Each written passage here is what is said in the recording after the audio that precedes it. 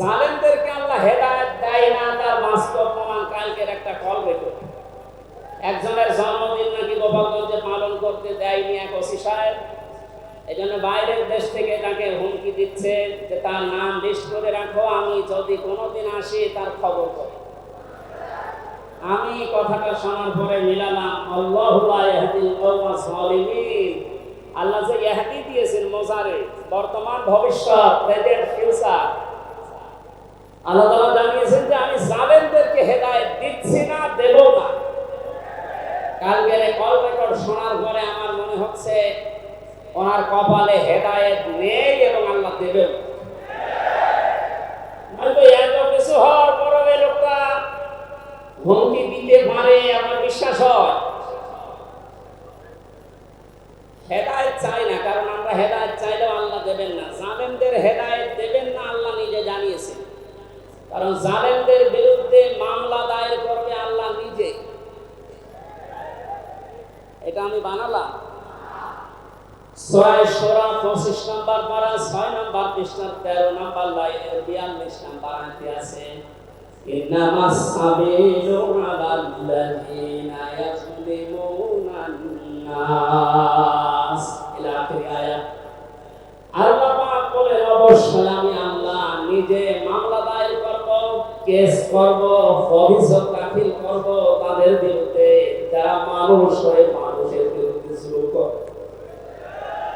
আল্লাহ ইয়াজলিমুনা মুসলিমুনা দেননি যে মুসলমানদের উপরে যারা জুলুম করে, ইয়াজলিমুনা নাস দিয়েছেন যারা মানুষের উপরে জুলুম করে, অত্যাচার করে।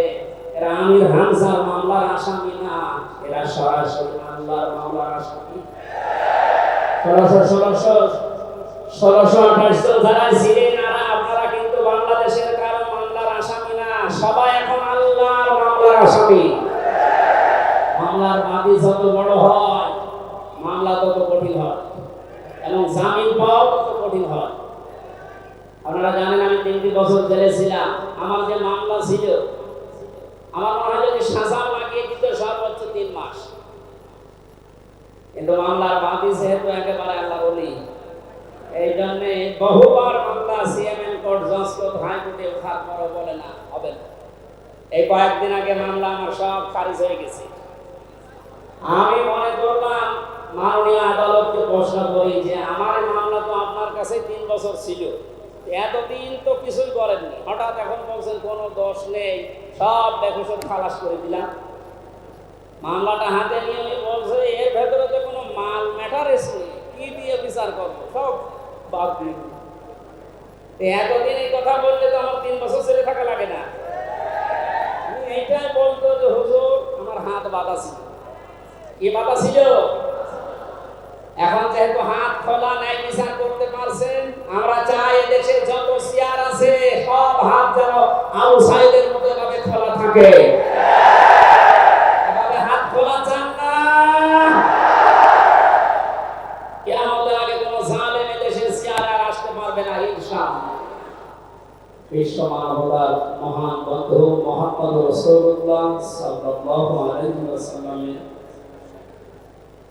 জীবন চরিত্র সম্পর্কে আলোচনার এই পবিত্র অনুষ্ঠানের সম্মানিত সভাপতি, বিশিষ্ট আলেমের দিন জনাব মাওলানা আবু তাহের জিহাদি দামাত বারকাতুহুল আলিয়া, মাহফিলের প্রধান অতিথি আন্দরকিল্লা শাহী জামে মসজিদের সম্মানিত খতিব আওলাদ রাসূল আল্লামা আনোয়ার হোসাইন তাহের আল জাবেদ আল মাদানী মাদ্দাজিল্লাহুল আলিয়া, সম্মানিত অতিথিবৃন্দ, মঞ্চে বসা জাতীয় নেতৃবৃন্দ, সামনে বসা মুসলমান ভাইরা, পর্দার আড়ালের সম্মানিতা মা এবং বোনেরা, প্রশাসনের ভাইরা, প্রাণ প্রিয় ঢাকাবাসী, সবাইকে আমি মহান রব্বুল ইজ্জত ও জালালের দরবারে শুকরিয়া জানাচ্ছি, যিনি মহামানবের জীবন চরিত্র সম্পর্কে আলোচনার এই পবিত্র অনুষ্ঠানে আমাদেরকে হাজির হওয়ার তৌফিক দিলেন। জবান খুলে বলছি আলহামদুলিল্লাহ। কথা বলার প্রথমে আমি স্মরণ করছি 2024 সালের আগস্টের 5 তারিখ পর্যন্ত যারা মুক্তভাবে কথা বলার পরিবেশ তৈরি করে দেওয়ার জন্য নিজের জীবন পর্যন্ত দিয়ে গেলেন, শাহাদাতের সর্বোচ্চ মাকাম আল্লাহ যেন তাদেরকে দান করেন। আমরা কিছু ভিডিও দেখতে পাচ্ছি, অনেকে বলছে তারা শহীদ হয়নি, তারা নিজেদের বুককে গলির সামনে, অস্ত্রের সামনে পেটে আত্মহত্যা করেছে। তারা কাদের কাছ থেকে কি পেয়ে কি খেয়ে কথা বলছেন আমি জানি না। কোরআনে কারিমে আল্লাহ তাআলা 1000 বছর আগে জানিয়েছে। শহীদ এর শব্দটা আমাদের এই বাংলাদেশ, ভারত, পাকিস্তানে যেভাবে ব্যবহার হয়, এটা এত সস্তা বিষয়, অনেক দামি বিষয়। শহীদদের ব্যাপারে কথা যেন মানুষ উল্টা পাল্টা না বলে, এজন্য মানুষের মুখের উপরে আল্লাহ নোটিশ জারি করে দিয়েছে। আল্লাহ পাক বলেন, ওয়ালা তাকুলু লিমান ইউকতালু ফি সাবিলিল্লাহি আমওয়াত বাল আহইয়াউন ইনদা বাল আহইয়াউ ওয়ালাকিন লা তাশউরুন। সূরা বাকারার 154 নম্বর আয়াতে আমি যতগুলো তাফসীর পড়েছি, সব মুফাসসির এর ব্যাপারে একই বক্তব্য দিয়েছে। আল্লাহ পাক तमाम দুনিয়ার সব মানুষের মুখের উপরে নোটিশ দিয়েছেন, ওয়ালা তাকুলু, কেউ এই কথা বলবো না যে মানুষগুলো আমি আল্লাহর জন্য জীবন দিয়েছে, মারা গেছে, কথা কখনো বলবো না। কারণ তারা জীবিত এবং তারা তোমরা এই বিষয়টা বোঝো না, উপলব্ধি করতে পারো না। মুখের পরে মানুষ তো অন্তর দিয়ে ধারণা করতে পারে, এজন্য আল্লাহ হৃদয়ের উপরে, অন্তরের উপরে নোটিশ দিয়েছেন, ওয়ালা তাহসাবান্নাল্লাযীনা কুতিলু ফি সাবিলিল্লাহি আমওয়াতা বাল আহইয়াউন ইনদা রাব্বিহিম ইরযাকুন। সূরা আলে ইমরানের 169 নম্বর আয়াতে আল্লাহ জানিয়েছেন, মুখ দিয়ে তো বলা যাবে না যে শহীদরা মারা গেছে, এমনকি অন্তরে ধারণাও আনবে না যে শহীদরা মারা গেছে, বরং তারা জীবিত এবং আমি আল্লাহর কাছে তারা রিজিক প্রাপ্ত হচ্ছে। বলেন আল্লাহু আকবার। এই আয়াতটা 100% বাস্তব। আমি কিছুদিন আগে গিয়েছিলাম গাইবান্ধা, বাংলাদেশ ইসলামী ছাত্র শিবিরের সদস্য ছিলেন ভাইটা। আগস্টের 5 তারিখের আগে তিনি জীবন দিয়েছিলেন জালিমের গলির সামনে। শহীদ সাব্বির হুসাইন, 1 মাস পরে তার কবর ভেঙে গিয়েছিল এই বৃষ্টির পানিতে, তাজা রক্ত কবর থেকে বের হয়ে দেখা গেছে। মানুষ যদি খাবার না খাবে তাহলে রক্ত পেলে কোথায়? এজন্য এগুলো যারা ছড়াচ্ছেন, আমরা আশা করব এই বিষয়গুলো আর সামনে নিয়ে আসবেন না। আমরা কোরআনে কারিমের আয়াতের উপর 100% বিশ্বাস করি এবং এই কথা বলি, জালেমের জুলুমের সামনে যারা নিজের জীবন পর্যন্ত দিয়ে গেলেন আগস্টের 5 তারিখের আগ পর্যন্ত, প্রত্যেকেই শহীদ। এবং আল্লাহ তাদেরকে যেন শাহাদাতের সর্বোচ্চ মাকাম দান করেন। বলেন আমিন। কোথায় ছিলাম আমরা, কোথায় আছি, এখনো বাস্তবতা টের পান না। কিছুদিন আগে বাংলাদেশ জামাত ইসলামীর কেন্দ্রীয় আমির জামাত ডক্টর শফিকুর রহমান কুষ্টিয়াতে গিয়েছিলেন। প্রায় 5000 মানুষকে নিয়ে তিনি একটা অনুষ্ঠান করলেন, যারা 16 জন শহীদ হয়েছিল কুষ্টিয়ায়। বাংলাদেশ জামাত ইসলামের পক্ষ থেকে 2 লক্ষ করে টাকা তাদের পরিবারের হাতে তিনি তুলে দিলেন। প্রায় 2.5-3 ঘন্টায় অনুষ্ঠানগুলো আমরা দেখলাম। বলেন তো, আগস্টের 5 তারিখের আগে 5000 না, এরকম মানুষ যদি 5 জন এক জায়গায় হতো, 14টা মামলা হতো। কোথায় ছিলাম আমরা, কোথায় এখন পৌঁছেছি, এরপরও যদি এটাকে কেউ নিয়ামত মনে না করে, গতকালকের একটা জরিপ আমি পেয়েছি, বাংলাদেশে 100 জনের 14 জন এখনো পর্যন্ত আপা আপনি ঘাবড়াবেন না আমরা নরম হয়ে যা এই দলে আছে। 100 জনের কতজন? 100 জনের 28 জন এখনো পর্যন্ত থালা নেওয়ার জন্য খুব তাড়াতাড়ি করছে। আমি নামায় নাই নিলাম। আনন্দের বিষয় 100 জনের 58 জন মানুষ এখন চাচ্ছে দেশে আল্লাহর বিধান দিয়ে জমিটা চলুক। আগস্টের 5 তারিখ খুব বেশি দিন যায়নি। এই কয়েকদিনের ব্যবধানে যদি এই অবস্থা সৃষ্টি হয়, এই জন্য আমার মনে হচ্ছে দেশের অনেক মুনাফিকেরা বুঝে ফেলেছে বিষয়টা, এজন্য খুব তাড়াতাড়ি করছে যে থালা আমাদের হাতে দিন। আমার দাদা একটা ঘটক বিবাহ করার পর বাসর রাতে বউকে রেখে একটু বাইরে গেছে।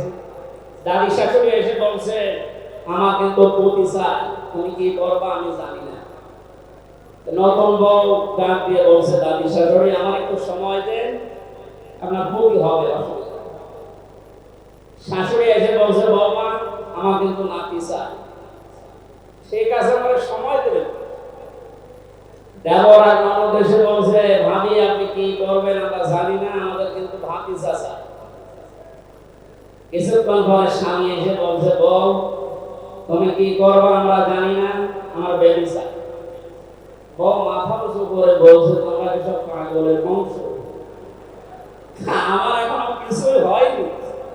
এরপরে 10 মাস 10 দিন সময় লাগবে, তারপরে কারো বেবি চাই, কারো ভাতিজা চাই, কারো নাতি চাই, সব হবে। তাহলে তো সময় দেবেন নাকি? 15.5 বছরে যে জঞ্জাল তৈরি হয়ে আছে 1-1.5 মাসে পরিষ্কার করা সম্ভব? কি মনে করেন?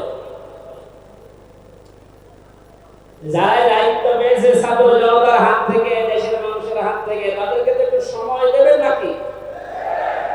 কুষ্টিয়াতে বাংলাদেশ জামাত ইসলামের শ্রদ্ধাভাজন আমির উনি সাংবাদিকদের জানিয়েছেন আমরা সম্মানজনক এবং যুক্তিপূর্ণ সময় তাদেরকে দিতে চান, যেন দিনের ভোট আর রাতে না হয়। কথা বলেন না কেন? সুতরাং সম্মানজনক সময় নিয়ে তারা ঠিক ব্যবস্থা করবে। যারা খুব তাড়াতাড়ি করছেন যে 10 মাস 10 দিন সময় দেবেন না, এমনিতেই বেবি অনেকে ফ্ল্যাক্সি লোড করে নিয়ে আসবে বাড়ি থেকে। সুতরাং আমরা চাচ্ছি সংস্কার যখন আরম্ভ হয়েছে দেশে 1628টা চেয়ার আছে, এই দেশের মেন চেয়ার এই চেয়ার না, যিনি পালিয়েছে তার চেয়ার থেকে শুরু করে এদেশের ওসি সাহেবের চেয়ার পর্যন্ত আপনি গণনা করবেন 1628টা চেয়ার হয়। আমরা চাই খুব তাড়াতাড়ি যারা দায়িত্বে আছেন এই 1628টা চেয়ার যেন খুব তাড়াতাড়ি পরিবর্তন করা, কারণ এগুলো সব ওই জালেমদের দোষ। এগুলো পাল্টিয়ে বৈষম্যের শিকার হয়ে 15.5 বছর যারা ওএসপি হয়েছিলেন, যারা নিজেদের চেয়ার পর্যন্ত পৌঁছাতে পারে না, আমরা চাই তাদেরকে এই সমস্ত জায়গাগুলোতে দেওয়া হোক।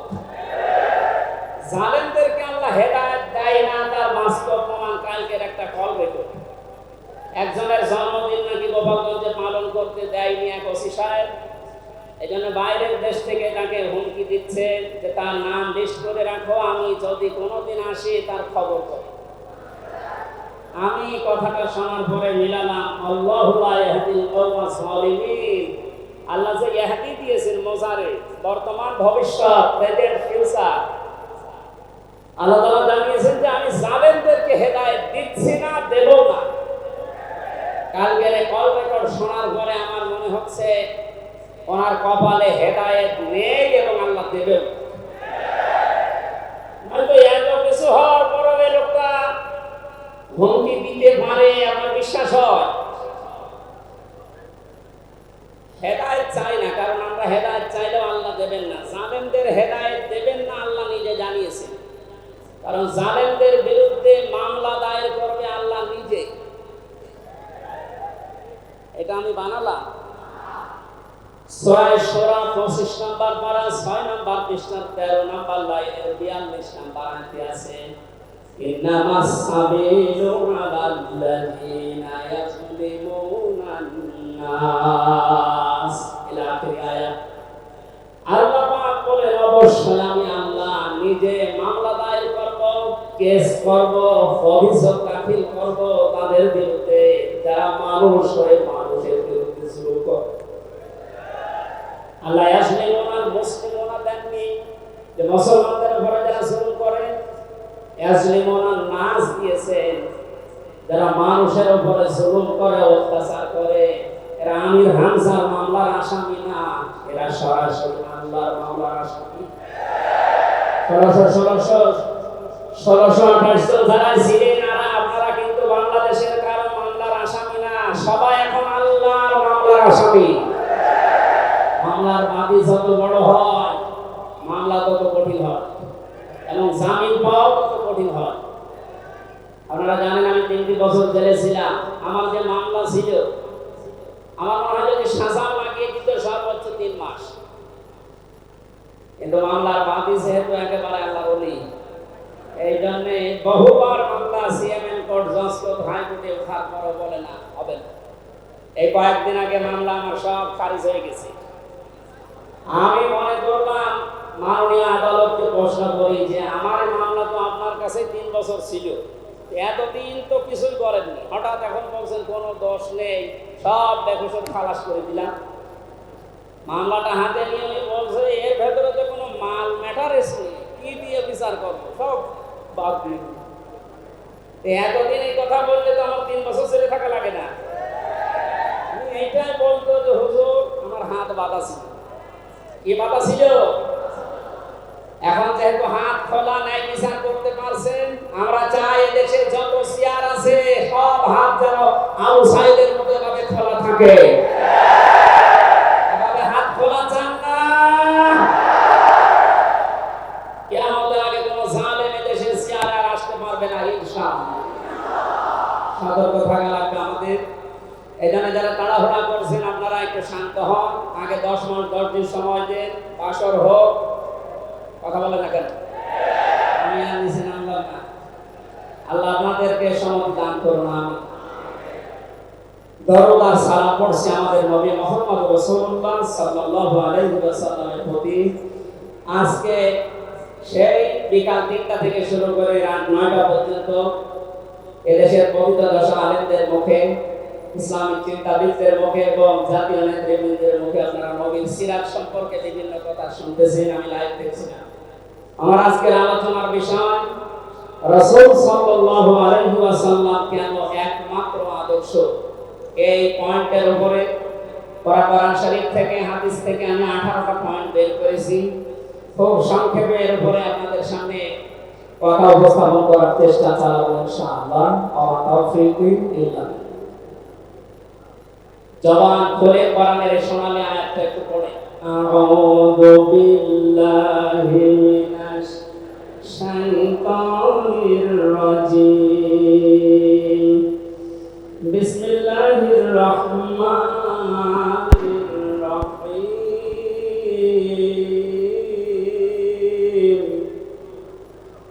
লাকাদ কানা লাকুম ফি রাসূলিল্লাহি উসওয়াতুন হাসানাহ।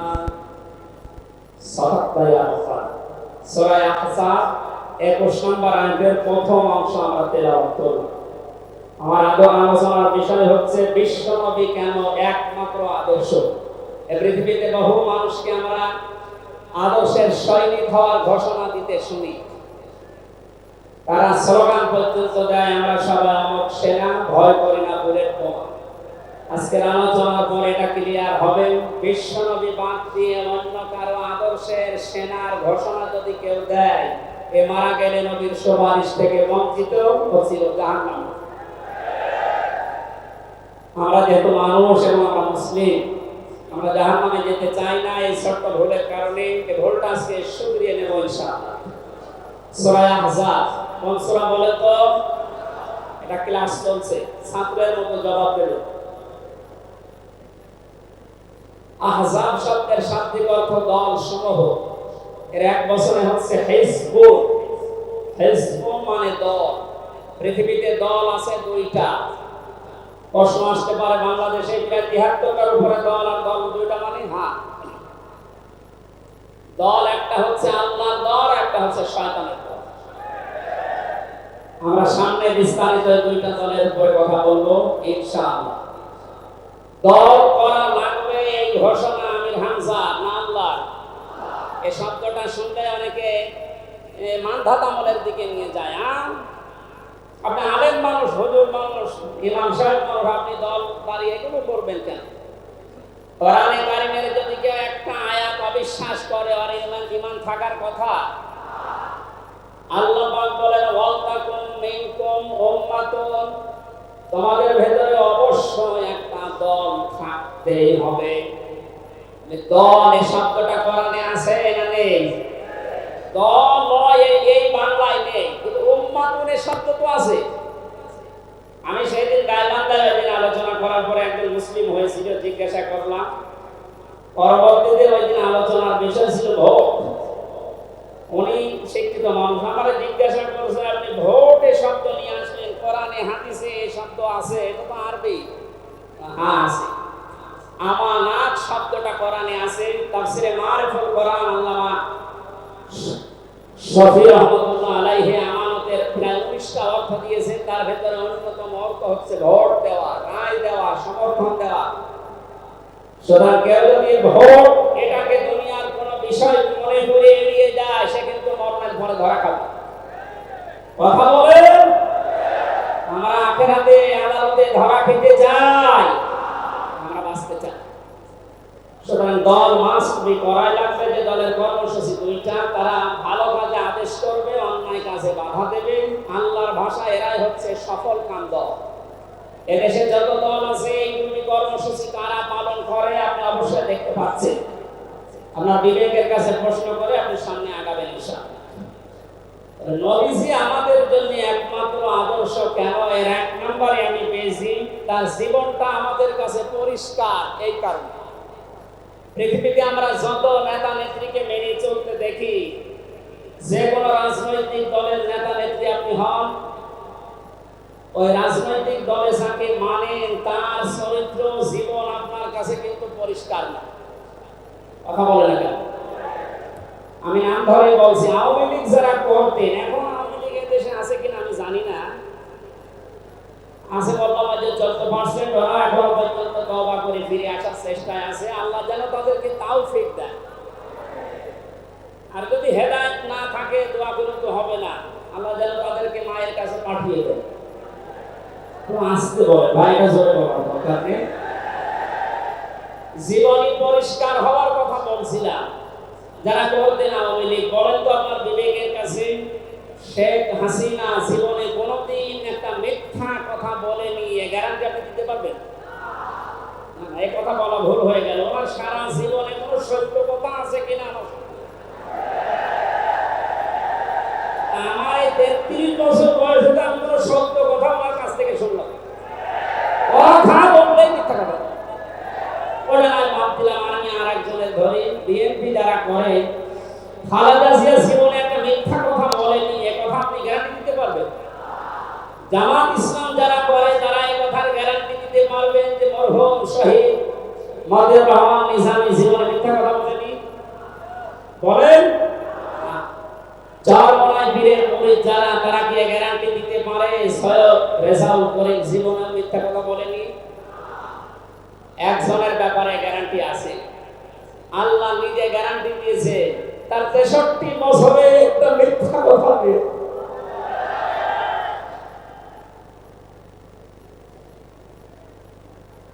এইখানে বিশ্ব নামের একমাত্র আদর্শ হওয়ার কারণ এই যে জীবনে 63 বছরে একটাও মিথ্যা কথা বলেননি। জোরে বলেন আল্লাহু আকবার। এটা যে কত বড় বিষয়, আপনি চিন্তা করলে আপনি চিন্তার রেখা শেষ করতে পারবেন না। আমাদের দিনের ভেতরে 24 ঘন্টায় কত মিথ্যা আসে, আর তারপর 63 বছরের জীবনে একটা মিথ্যা কথা তিনি বলেননি। 2 নম্বরে পেয়েছি আমি, তিনি উন্নত চরিত্রের অধিকারী ছিলেন।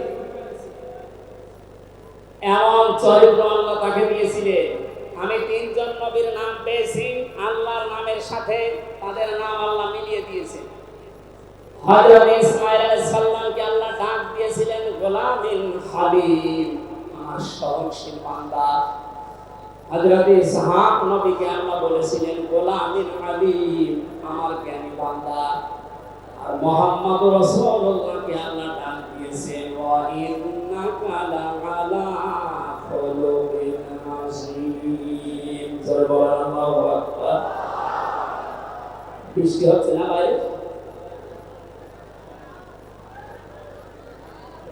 এখানে ওঠাউঠি করেন কেন? বসেন বসেন।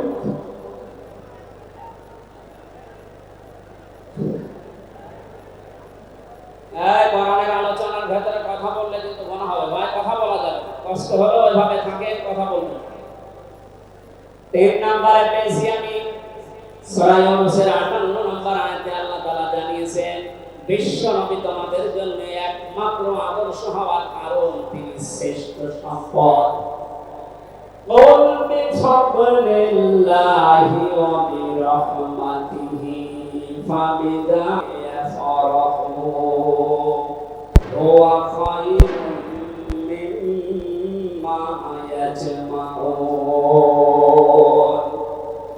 নবী আপনি বলুন, তাম দুনিয়ার মানুষেরা যাকে এই করে যায়, সিদ্ধ করে যায়, অর্জন করে যা কিছু পেয়ে আনন্দে আছে, আমি আল্লাহর কাছে এই পৃথিবীর শ্রেষ্ঠ সম্পদ হচ্ছে আপনি। জয় বলেন আল্লাহু আকবার।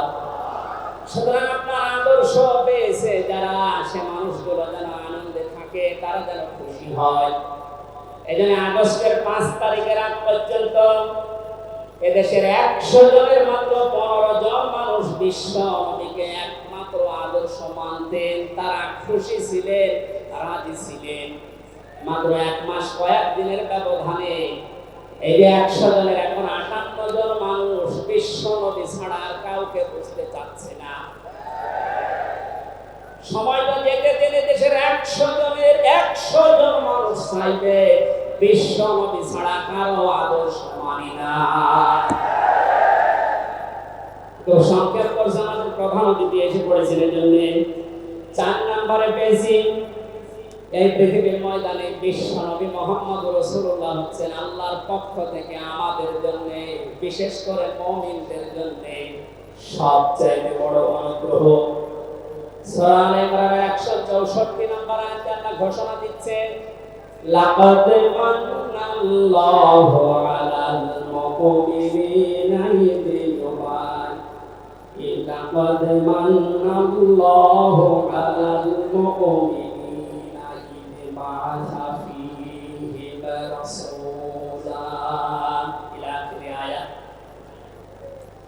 অবশ্যই মুমিনদের জন্য এই পৃথিবীর ময়দানে বিশ্ব নবী মুহাম্মদ রাসূলুল্লাহ আল্লাহর পক্ষ থেকে একটা অনুগ্রহ। আমরা এক একটা আয়াতের ভেতরে বিভিন্ন তাফসীর অনুযায়ী যত কথা আল্লাহ জানিয়েছেন নবী সম্পর্কে, প্রচন্ড গরম আপনাদের কষ্ট হবে, যেন খুব সামারাইজ করছি। 6 নম্বরে পৃথিবীর ময়দানে বিশ্ব নবী একমাত্র আদর্শ হওয়ার পেছনে কারণ কে, তিনি গোটা জাহানের জন্য ছিলেন একমাত্র রহমত।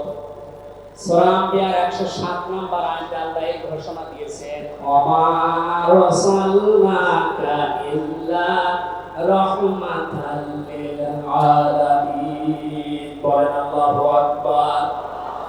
আল্লাহ আলম বলেন না যে শুধু পৃথিবীর জন্য, আলামিন যত জগৎ আল্লাহ বানিয়েছেন আর যত জগতে আল্লাহর যত সৃষ্টি আছে এটা জগৎ অনুরূপার কারণ না। প্রতিটি জগতে সৃষ্টি অনুযায়ী আল্লাহর বিধিবিধান নাযিল হচ্ছে।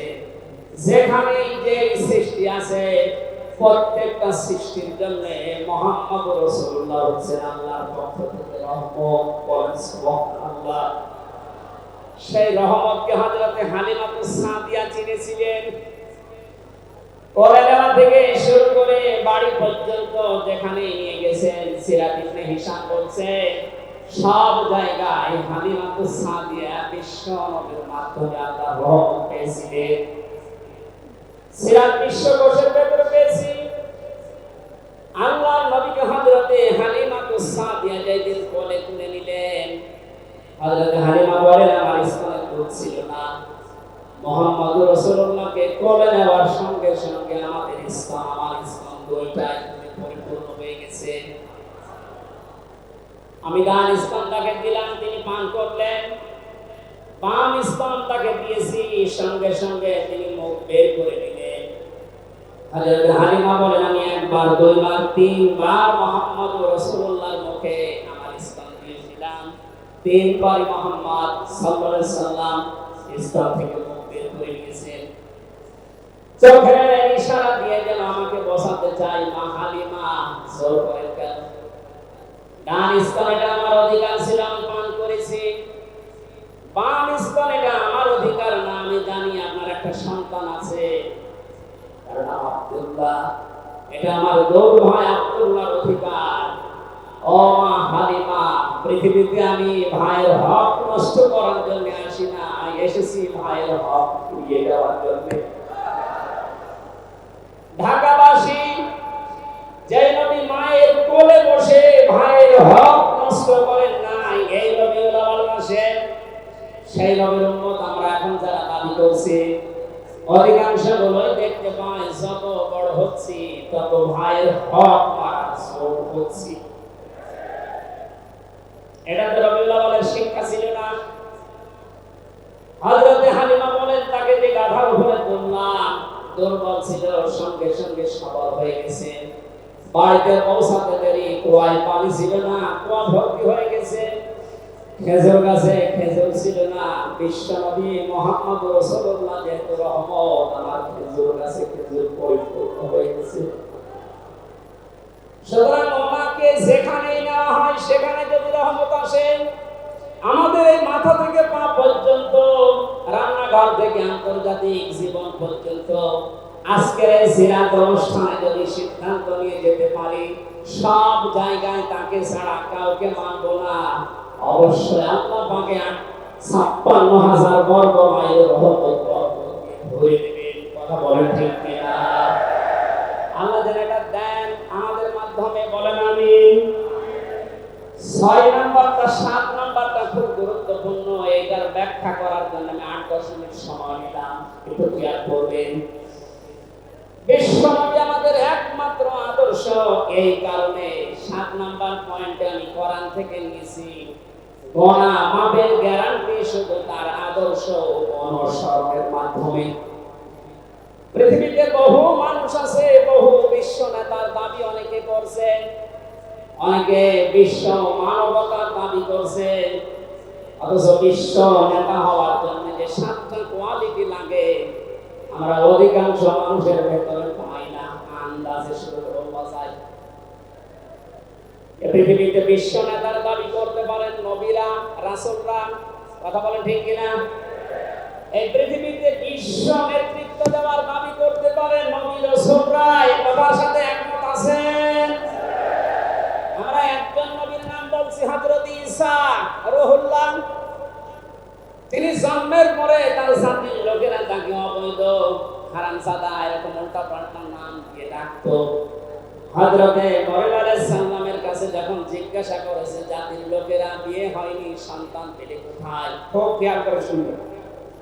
হযরতে মরিয়ম ইশারা দিয়েছিলেন দোলনার দিকে, ফাশারাতে ইলাইহি ক্বালু কাইফা নুকাল্লিমু মান কানা ফিল মাহদি সাবিয়্যা। তিনি ইশারা দিয়ে বললেন এই যে দোলনায় যে ছেলেটা আছে ওকে জিজ্ঞাসা করো, ওর জন্মের পরিচয় বলতে পারবে। ওরা বলছে ছোট্ট বাচ্চা কথা বলবে কি করে? সঙ্গে সঙ্গে দোলনা থেকে হযরত ঈসা তার জাতির লোকে এই কথা উত্তর দিয়েছেন, জবাব দিয়েছেন, ক্বালা ইন্নী আবদুল্লাহ আতানিয়াল কিতাবা ওয়া জাআলানি নাবিয়্যা ওয়া জাআলানি মুবারাকান আইনামা কুনতু ওয়া আওসানি বিস-সালাতি ওয়াজ-যাকাতি মা দুমতু হাইয়্যা। দোলনা থেকে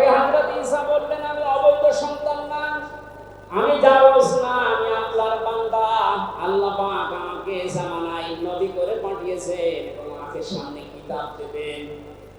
আমাকে তিনি ওসিয়ত করেছেন, আদেশ দিয়েছেন আমি যেন সালাত আদায় করি, যাকাত আদায় করি, যতদিন আমি জীবিত আছি আমার মা আর বাবার সাথে, মায়ের সাথে যেন আমি ভালো ব্যবহার করি।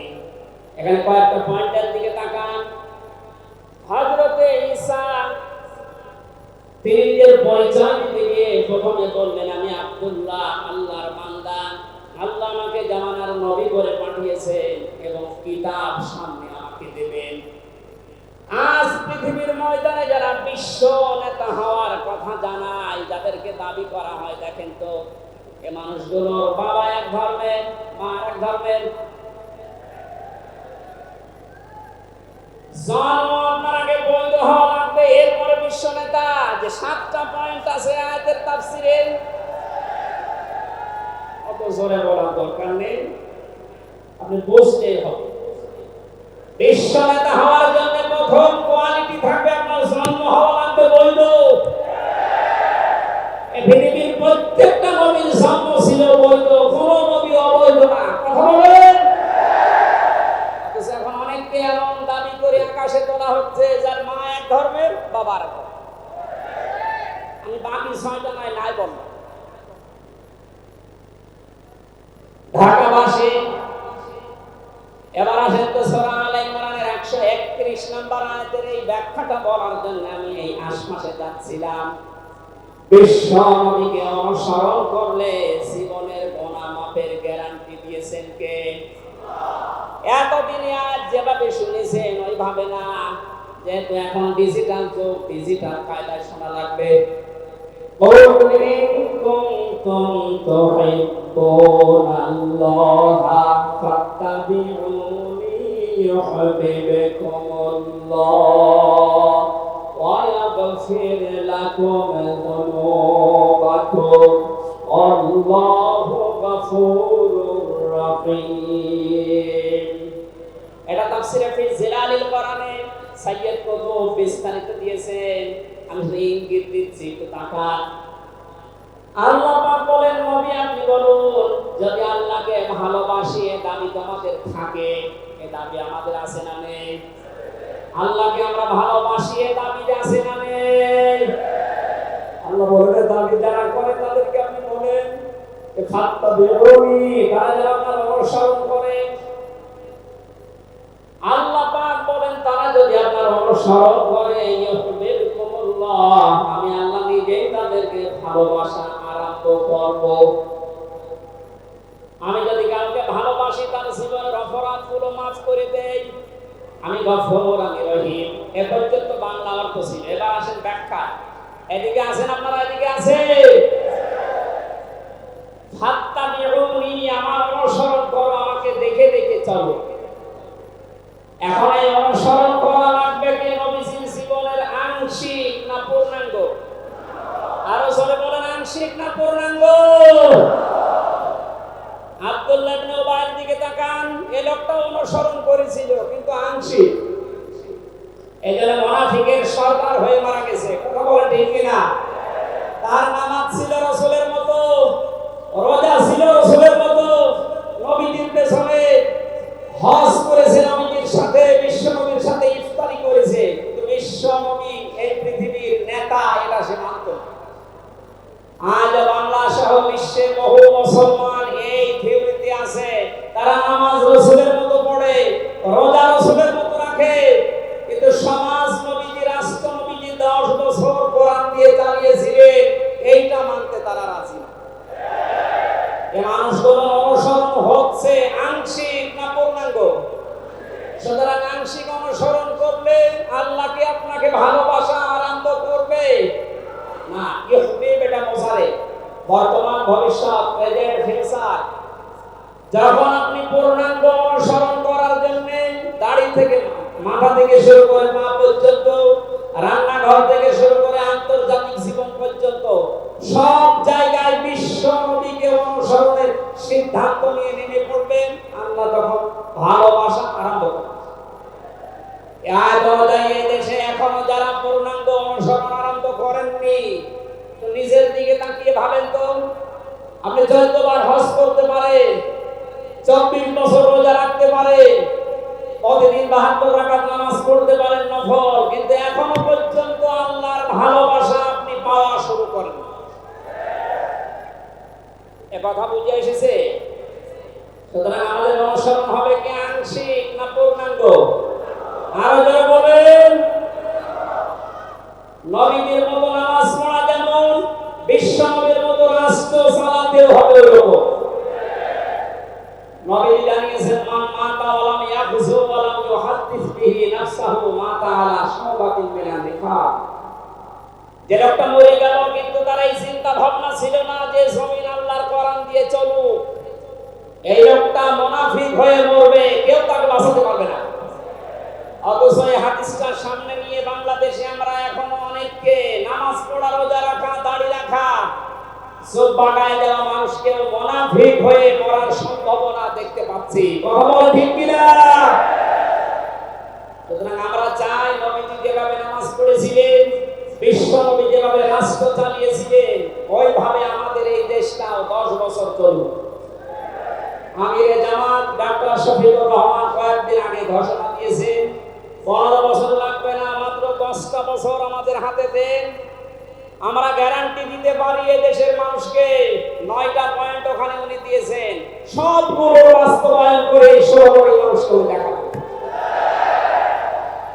এটাকে আজ অনেকে রাজনীতি মনে করে উল্টাপাল্টা দিকে নিয়ে যাচ্ছেন। আমার বিশ্ববিদ্যালয়ে থাকাকালীন এক দুষ্ট বন্ধু ছিল, 10 বছর নবী কোরআন দিয়ে রাষ্ট্র চালিয়ে বলতে পেরেছিলেন, খায়রুল কুরুনি করনি, আমার যুগ শ্রেষ্ঠ যুগ। আমাদের দেশটা 53 বছর স্বাধীন হয়েছে, 1 বছরও কোরআন দিয়ে চলেছে। এই জন্য তো কোনো জিনিস নিরাপদ না। আমার ছোট দাদা উনি বলছিলেন যে হজে যাওয়ার পরে দেখে একটা ঘড়ি পড়ে আছে, মোবাইল ঘড়ি। চিন্তা করলাম নেব না, মনের ভেতরে ভয়, যদি ধরা পড়ে যায় তাহলে তো মানুষ, এদেশে তো ধরা পড়লে আবার হাত কেটে দেবে। দেশে যাওয়ার পরে মানুষ বলবে হাজী সাহেব চোর। এই ভয়কে নিলাম না, কি করি, অনেকক্ষণ দাঁড়িয়ে থেকে কেউ নেয়ও না, কারো পায়ের নিচে পড়ে আবার নষ্ট হয়ে যাবে, তুলে নিলাম এদিক ওদিকে তাকিয়ে। আর আমার জিনিস যেখানে জমা দেয় ওই জায়গায় জমা দিলাম। ওনারা জিজ্ঞাসা করলাম, ভাই মোবাইলের দাম কেমন হবে? ওনারা আমার বলছে, ইয়া হাজিউল হজ্জা তাইনা বিলাদুকা, হে হাসি দেশ কোথায়? তারা বলে, জি তুমি বাংলাদেশ থেকে এসেছি। আপনার বাংলাদেশের টাকার মান অনুযায়ী এই ঘড়ি মোবাইলের এটা দাম হবে 72,000 টাকা। কত? 72,000 টাকার মোবাইল পড়ে আছে, ঘড়ি কেউ নিচ্ছে না। এদেশে থাকবে? বলেন, সাধারণ মানুষের কাছে থাকা দূরের কথা, দরবেশের কাছে থাকবে 36,000 কোটি টাকা। আমার মনে হয় আমার 33 বছরের জীবনে গণনা করে শেষ করতে পারবো না। পদ্মা সেতু আর একটা বানিয়ে এখনো 4,000 কোটি টাকা রাষ্ট্রে থেকে যেত। কথা বলেন, দরবেশ যদি এই করে, যেগুলো ধরবেশ ওগুলোর চরিত্র কি বলবে? এই বন্ধুটা আমরা বলছিল, আমি কুষ্টিয়া থেকে যাচ্ছিলাম ঢাকাতে, একটা নরমাল পৌঁছেছিল, হঠাৎ আমার পেটে গন্ডগোল।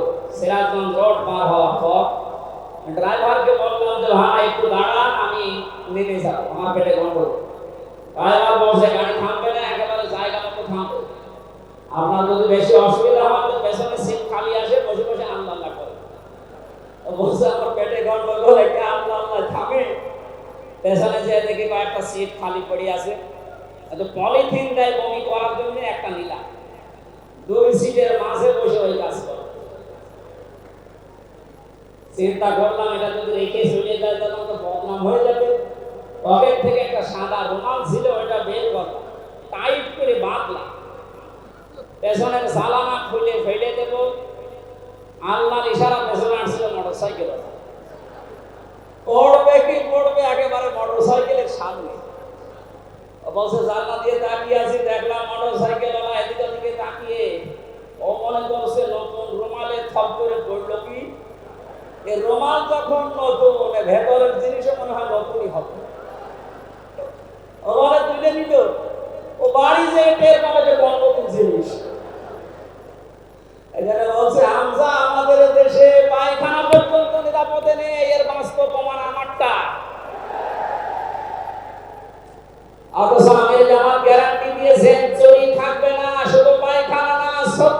30,000 কোটি না, 36 পয়সাও ফ্রি হবে না, 10 বছরের জন্য ছেড়ে দিয়ে দেশটা। আপনারা আমার সাথে একমত কিনা? কারা কারা ওনাদের হাতে দিতে চান দেখি? লিল্লাহি তাকবীর।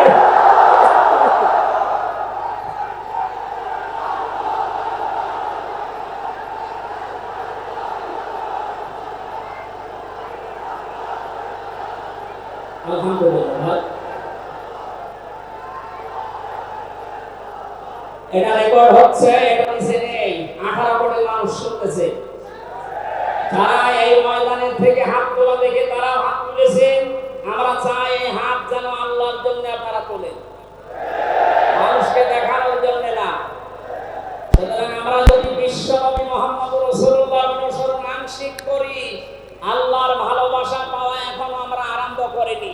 এই হিসাবে দেশের অনেক পীর, অনেক ইমাম, অনেক খতিব, অনেক আলেম, অনেক জনতা এখনো আল্লাহর ভালোবাসা পাওয়া আরম্ভ করেনি। গুনাহ মাফ, জান্নাত তো দূরের কথা। কারণ আল্লাহর ভালোবাসা যে পাওয়া আরম্ভ করবে, তার জীবনের গুনাহগুলো আল্লাহ মাফ করবে, তাকে জান্নাতে দেবে। সুতরাং রাসূলুল্লাহ আমাদের একমাত্র আদর্শ হওয়ার কারণে তাকে অনুসরণ করলে এই গ্যারান্টি পাওয়া যায় যে জীবনের গুনাহ আল্লাহ মাফ করে দেন। যারা বলেন সুবহানাল্লাহ। 9 নম্বরে পেয়েছি, বিশ্ব নবীর সাথে কেউ যদি বিয়াদবি করে তাহলে সে ধ্বংস হয়ে যাবে। আপনি তাকান, তারা 50 আবু লাহাব, এরা যদি সিরাতুল নবী মাহফিল, আমাদের ঢাকাতে এগুলো হয়তো নেই, এগুলো চট্টগ্রাম আর সিলেট বিভাগে বেশি পাওয়া যায়। রবিউল আউয়াল মাস আজকে শেষ, এ মাস আসলে অনেককে দেখি নবীর জন্ম নিয়ে, নবীর মিলাদ নিয়ে আনন্দে আত্মহারা হয়ে যায়। পরিষ্কার ভাষায় বলছি, বাংলার মানুষেরা, নবীর মহব্বত, নবীর ভালোবাসা মাস বি লাগবে, কিন্তু নবীর জন্ম নিয়ে, নবীর মিলাদ নিয়ে যদি কেউ শুধু আনন্দ করে মেতে থাকে, নবীর আদর্শের কোনো খোঁজ নেই, আপনি এই মুহূর্তে জেনে নিতে পারেন যে আপনি জাহান্নামী। তার প্রমাণ নবীদের আপন চাচা আবু লাহাব আর আবু তালেব। এই দুইজন চাচা নবীর আদর্শ পেয়ে খুশি ছিল না, তারা নবীর জন্ম পেয়ে খুশি ছিল। নবীর মিলাদে, নবীর জন্মে তারা এত খুশি হয়েছিল, আবু লাহাব নিজের কাজের মেয়েকে পর্যন্ত আজাদ করে দিয়েছিল। আবু তালিব নিজের সন্তান হযরতে আলীকে কাছে রাখতো না। আল্লাহর নবীর জন্মে লোকটা এত বেশি খুশি হয়েছিল, যতদিন পর্যন্ত তার আন্ডারে ছিল নবীজি, ততদিন নিজের ছেলে বাদ দিয়ে বিশ্ব নবীকে কাছে রেখে ঘুমাতো। অথচ তাদের পুরা দুইজনের জীবন আমি পড়ে দেখেছি। দুইজন চাচা, বিশ্ব নবী মুহাম্মদ রাসূলুল্লাহর দুইজন চাচা শুধু নবীর জন্ম মিলাদ নিয়ে আনন্দে ছিল, আদর্শ পেয়ে তারা আনন্দ করে নাই, মেনে নেয় নাই, জন্য দুইজনে জাহান্নামী। পড়েন নাউজুবিল্লাহ। সিস্টেম অপর পৃষ্ঠায় দেখুন, আরো দুইজন চাচার নাম আমরা জানি, হযরতে হামজা, হযরতে আব্বাস রাদিয়াল্লাহু তাআলা আনহুমা। এই দুইজন চাচা শুধু নবীর জন্মে মিলাদে খুশি ছিলেন না, তারা নবীর আদর্শ পেয়ে খুশি হয়েছিলেন। এই জন্য দুইজনে জান্নাতি। বলেন সুবহানাল্লাহ। হযরতে হামজা, হযরতে আব্বাস যে জান্নাতে গেছে কোনো সন্দেহ আছে? আল্লাহ কোরআনের আয়াত নাযিল করেছেন তাদের নামে, রাদিয়াল্লাহু আনহুম ওয়া রাদু আন। আল্লাহ পাক বলেন, আমি তাদের উপরে রাজি হয়ে গেছি যেমন তারা আমার উপরে রাজি। সুতরাং হযরতে আব্বাস, হযরতে হামজা দুইজনেই নবীর আদর্শ মানার কারণে জান্নাতি। আমরা এদের মতো হতে চাই। বলেন আমিন। এখানে একটা কথা আছে, হযরতে হামজা আব্বাস রাদিয়াল্লাহু তাআলা আনহু, তিনি কিন্তু অনেক আগে মুসলমান হয়েছিলেন গোপনে, কিন্তু প্রকাশ করেননি। এই মাসলাটা বলছি এই কারণে, 152 জন সমন্বয়কের ভেতরে 108 জন বাংলাদেশ ইসলামী ছাত্র শিবিরের নেতা এবং পরীক্ষিত কর্মী। তারা আজ অনেক জালেম এবং অনেক মুনাফিক পর্যন্ত, এমন অনেক আলেম নামে জালেম পর্যন্ত এই বিষদগার করছে। নাম যেহেতু দেখেছে ছাত্র শিবির, এই জন্য তাদের চুলকানি। কেন ওরা এতদিন পরিচয় প্রকাশ না করে এই কাজ করলো? ওরা মুনাফিক, ওরা শয়তান। যেখানে বিশ্বজিতের মতো হিন্দু সে রেহাই পায় না, সেখানে পরিচয় দিয়ে মার খাবে। সুতরাং সাদিক সাহেব এবং এস এম ফরাদ ভাই সহ যারা পরিচয় গোপন করে এই জালেমের বিদায়ের জন্য এই বিপ্লব আমাদেরকে এনে দিয়েছেন, তাদেরকে প্রত্যেক থানায়, জেলায়, রাজধানীতে সংবর্ধনা দেওয়া দরকার।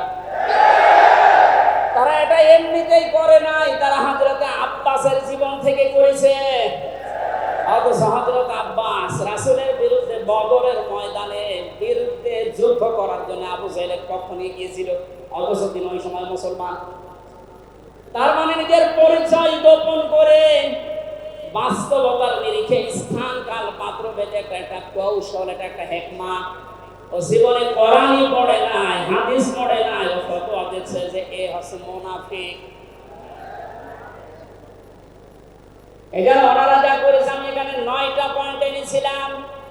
সাদিক সাহেব ভাই সহ, এস এম ফরাদ ভাই সহ 108 জন যা করেছে, সব নবীদের থেকে, নবীর মাদের থেকে, নবীর সাহাবীদের থেকে, নবীদের চাচার থেকে শিক্ষা নিয়ে এই হিকমতটা অবলম্বন করেছে। আল্লাহ তাদেরকে যেন সর্বোচ্চ মাকাম দান করেন, বলেন আমিন। আসতেছে মেহমান। বেয়াদবি করলে যে মানুষের জীবন ধ্বংস হয়ে যায়, রাসূলের সাথে তার প্রমাণ পেয়েছি নবীদের চাচা আবু লাহাবের জীবন থেকে। বিশ্ব নবী যখন সাফা মারওয়া এই পাহাড়ের উপরে উঠে দাওয়াত দিচ্ছিলেন, এই লোকটা ডাক দিয়ে বলেছে, তাব্বালাকা আলিহাদা জামাতানা ইয়া মুহাম্মদ, হে মুহাম্মদ তুমি ধ্বংস হয়ে যাও। তাফসীরের কিতাবে সূরা লাহাবের তাফসীরে পড়েছি, আবু লাহাব মুহাম্মদ রাসূলুল্লাহকে শুধু ধ্বংস হয়ে যা এই কথা বলে নাই। সামনে একটা পাথর ছিল, পাথরটা হাতে নিয়ে নবীজির দিকে ভাবে নিক্ষেপ করেছিল। আর ঢাকাবাসী খুব খেয়াল করে শোনেন, এখানে আমার 2টা পয়েন্ট আছে। আবু লাহাব 1500 বছর আগে মুহাম্মদ রাসূলুল্লাহর দিকে যে পাথর নিক্ষেপ করেছিল, তাফসীরে ফি জিলালিল কোরআন মুফাসসির লিখেছেন সাইয়্যিদ কুতুব, যে নবীজির সামনে পাথরটা পড়েছিল, নবীজির শরীরে লাগে নাই। আল্লাহ পাক সঙ্গে সঙ্গে তার জন্য কোরআনের আয়াত নাযিল করলেন, শুধু এই হাতের জন্য না। তাব্বাত ইয়াদা আবি লাহাবি ওয়া তাব। ইয়াদানে ছিল শব্দটা, ইয়াদা দিয়ে বসন আল্লাহ দিয়েছেন, অথচ আবু লাহাব পাথর নিক্ষেপ করেছিল কয় হাত দিয়ে? আরো জোরে আরেকবার বলেন। আল্লাহ যে তার 2 হাতই ধ্বংস করে দিলেন। জবাব দিয়েছেন মুফাসসির এইভাবে, আবু লাহাব যদিও এভাবে পাথর নিক্ষেপ করেছিল 1 হাত দিয়ে, কিন্তু তার এই বাম হাত একটু নড়াচড়া করে সাপোর্ট দিয়েছিল। আপনি যদি এখান থেকে একটা কোনো কিছু নিক্ষেপ করেন এভাবে, এই হাত দিয়ে শুধু কাজ হবে না, এই হাত নড়াচড়া করে সাপোর্ট দেবে। আল্লাহ এইটাও সহ্য করেন নাই। নবীজির বিরুদ্ধে যারা অবস্থান নিয়েছে, যে যতটুকু তার সাথে যারা সাহায্যে ছিল, সহযোগিতা ছিল, আল্লাহ তাদেরকেও ধ্বংস করে দিয়েছেন। এই 15.5 বছরে আল্লাহ নবীর আদর্শকে, তার শিক্ষাকে, শিক্ষা ব্যবস্থা থেকে ডাইরেক্ট ডান হাতের মতো, অনেকে বাম হাতের মতো পেছন দরজা দিয়ে নাড়াচাড়া করে উল্টিয়ে ফেলেছিলেন। এই কথা বলে না কেন? হযরতে আবু বকর আর নবীজির সেই সারের গাড়ে সুরের সেই ঘটনাটা আমাদের শিক্ষা ব্যবস্থা এখন আর নেই, এগুলো তুলে ওখানে বাবার জীবনী বসিয়েছেন। সুতরাং নবীজিকে যারা আঘাত দিয়ে শিক্ষা ব্যবস্থা থেকে 96% মুসলমানের এই দেশে নবীর আদর্শ বাদ দিয়ে অন্য কাউকে যারা বসাতে চেয়েছিলেন, যারা ডাইরেক্ট এগুলো করেছিলেন, যেগুলো মন্ত্রণালয়ের দায়িত্ব ছিল, বাম হাত দিয়ে যারা পেছন দরজা দিয়ে নাড়াচাড়া দিয়েছেন, উপদেষ্টা মণ্ডলের ভেতরে 2 জন আছে, তারা সমকামিতা প্রমোট করছেন, আমরা শুনতে পাচ্ছি। পাঠ্যপুস্তকে যে পরিবর্তন আনার চেষ্টা আছে, 96% মুসলমান কিন্তু ঘুমিয়ে যায়নি, এরা এখনো জেগে আছে।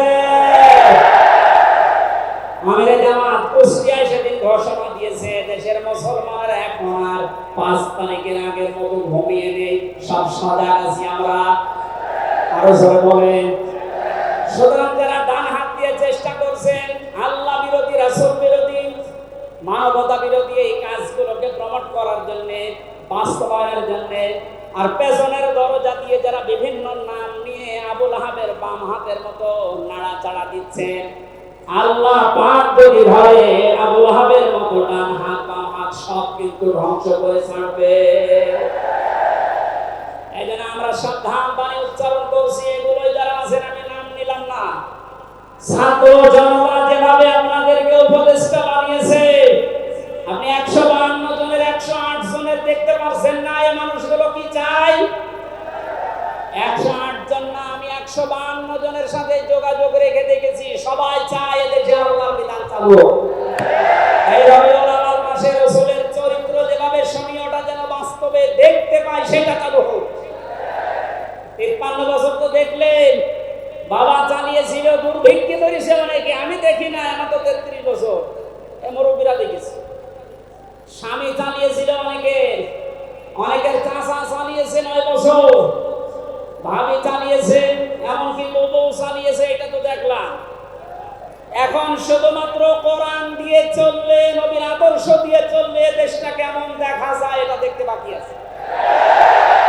এটা আপনারা দেখতে চান না? সামনে আমার জীবনের সবচাইতে বড় শখ, আকাঙ্ক্ষা, তামান্না এটা, চর্ম চোখে যেন আল্লাহ আমাকে দেখায় যে 56,000 বর্গ মাইল তার কালাম দিয়ে চলছে। এটা দিয়ে চললে যে কেমন দেখা যায়, এটা মিনি জান্নাত হয়ে যাবে। আপনি বিশ্বাস করেন, এটা মিনি জান্নাত হয়ে যাবে। অনেকের এখনো পর্যন্ত শ্বশুর ভয় দেখাচ্ছে। আমির জামাত সেদিন বলেনি যে শ্বশুর ভয় দেখাচ্ছে মেয়েদেরকে যে তোমাদের ঘর বন্দি করে রাখবে। অনেকে যারা ডাল খায়, মামা বাবা খায়, লাল পানি খায়, এরা কি খাবে? দেশটা যদি কোরআন দিয়ে চলে, নবীর আদর্শ দিয়ে চলে, পুরা দেশটা হয়ে যাবে মসজিদের মতো। মসজিদে প্রবেশ করলে যত বড় বিড়িখোর হোক, যত বড় ডালখোর হোক, যত বড় বাবাখোর হোক, আর লাল পানি যেই খায়, ওই পরিবেশে গেলে কেউ কি চাইবে যে একটু লাল পানি খাই?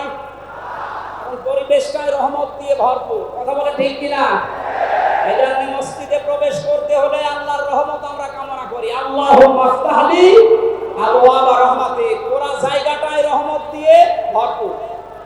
আল্লাহর কোরআনের বিধান সেখানে চলে, এজন্য পুরা জায়গাটা রহমত দিয়ে ভরপুর করা। এই দেশটায় যদি আল্লাহর বিধান চালু হয়, রাসূলের আদর্শ চালু করতে পারি আমরা, পুরা দেশটা হয়ে যাবে মসজিদের মতো। তখন আর লাল পানি খেতে, বিড়ি খেতে আপনার মনে চাইবে না। আপনি জান্নাতি হয়ে মারা যেতে পারবেন, এই গ্যারান্টি আমরা দিতে পারি। সুতরাং আমরা রাসূলের সাথে কোনো বিয়াদবি যেন না করি। মেহমান এসে গেছে আমাদের মাঝখানে।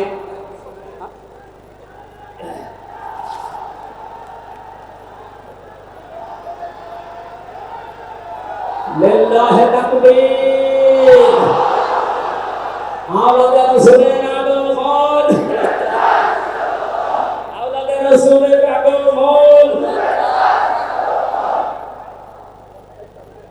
আমাদের মাহফিলের প্রধান অতিথি আওলাদে রাসূল আল্লামা আনোয়ার হোসেন তাহের আল-জাবেরি আল-মাদানী মাদ্দাজিল্লাহুল আলী আমাদের মাঝে এসে গেছেন। আমরা যে প্রচন্ড গরমে আপনারা কষ্ট পাচ্ছেন এবং উনি যেহেতু এসে গেছে, এখন আর কথা বলা মনে হয় ঠিক হবে না। আমি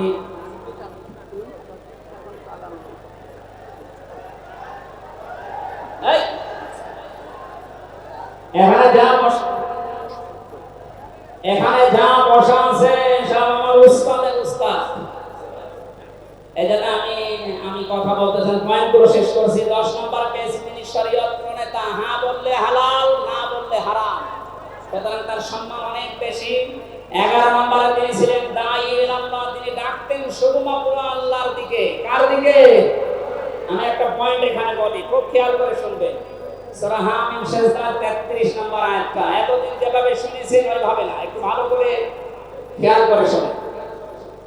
আল্লাহ পাক বলেন, আহসানু কাওলান মিম্মান দাআ ইলাল্লাহি ওয়া আমিলা সালিহান ওয়া ক্বালা ইন্নানি মিনাল মুসলিমিন। ওই লোকটার কথার চাইতে আর উত্তম কথা কে বলে দুনিয়ায়? যে লোকটা আল্লাহর দিকে মানুষকে ডাকে, নিজে ভালো ভালো কাজের আঞ্জাম দেয়, নিজে পরিচয় ওপেন করে যে আমি একজন মুসলমান।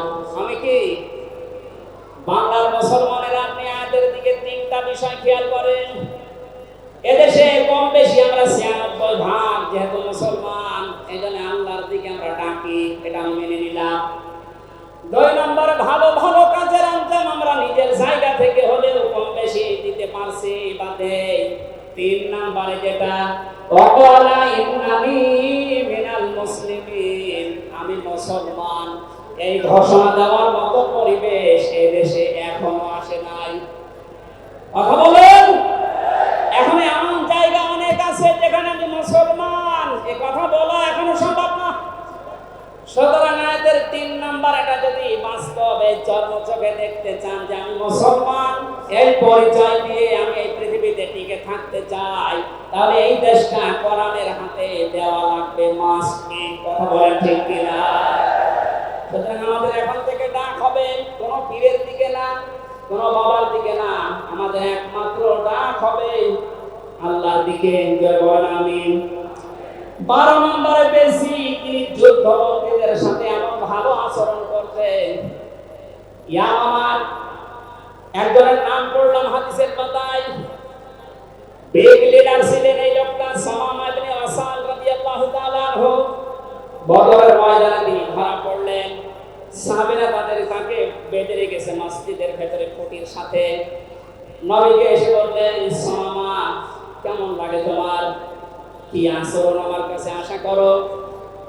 লোকটা বলে, মুহাম্মদ সাল্লাল্লাহু আলাইহি সাল্লাম, আপনি আমাকে মেরেও ফেলতে পারেন, ছেড়েও দিতে পারেন।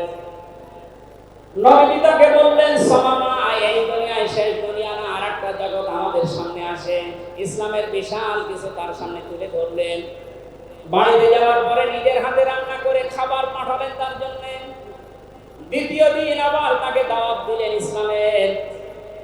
বিশ্ব নবী নিজে উঠের দোল এক সাহাবীকে দিয়ে দহন করিয়ে গরম করে পাঠালেন।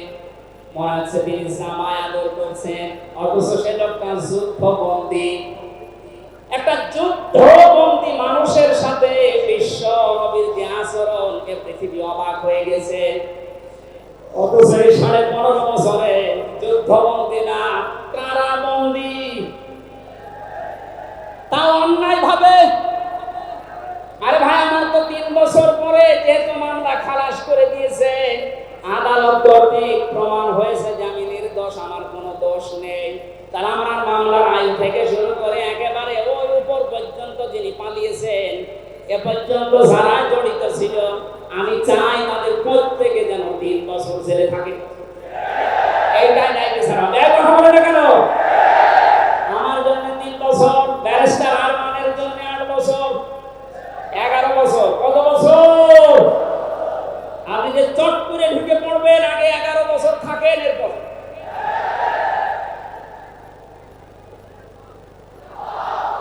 সুতরাং বাস্তবতা এইটাই।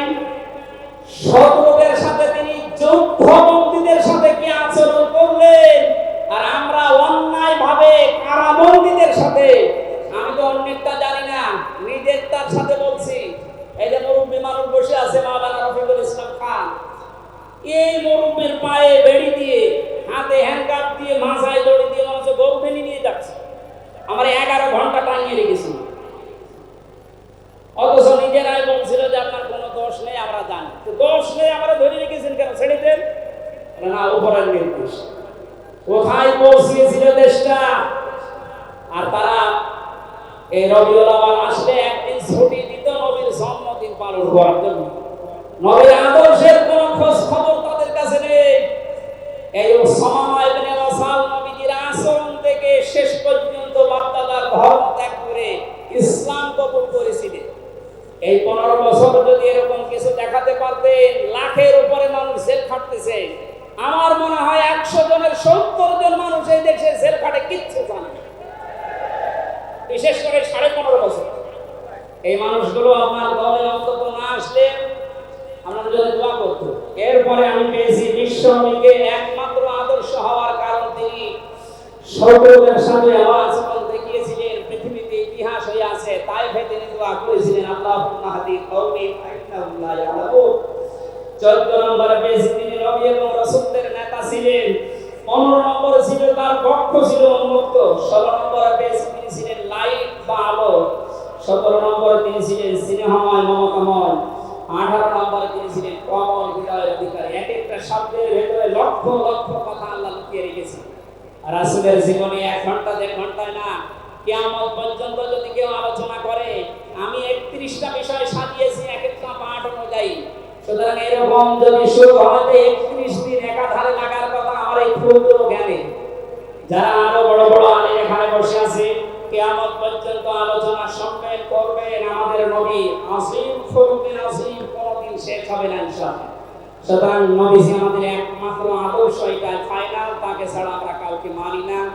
ওদের আহ্বান জানাচ্ছি তাকে আদর্শ গ্রহণ করার জন্য। আমি বারাকাল্লাহু লানা ওয়া লাকুম ফিল কোরআনিল আযীম। এখন আমাদের সামনে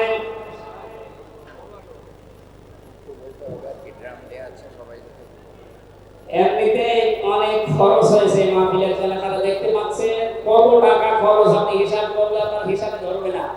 আবহাওয়ার কারণে ব্যবস্থাপনার কয়েক গুণ খরচ হয়ে গেছে। প্যান্ডেলের ভেতরে বাইরে গ্রাম দেওয়া আছে। আল্লাহর দিকে তাকিয়ে নবীজির এই সিরাত, বিশ্ব নবীর আদর্শ যারা গ্রহণ করবেন বলে আপনারা আশাবাদ ব্যক্ত করলেন, তাদেরকে বলছি মুক্ত হস্তে আপনারা একটু দান করে যাবেন। জাতীয় সিরাত বাস্তবায়ন কমিটি আগামীতে আবার এর চাইতে আরো বিশাল আকারে নবীর জীবনে আমাদেরকে শোনানোর চেষ্টা করবে ইনশাআল্লাহ। অবশ্যই এটা দিয়ে যাবেন। আমি আজকের মতো বিদায় নিলাম। আমিন। বারাকাল্লাহু লানা ওয়া লাকুম ফিল কোরআনিল আযীম। আসসালামু আলাইকুম ওয়া রাহমাতুল্লাহ। এখন আমাদের প্রধান অতিথি আছে।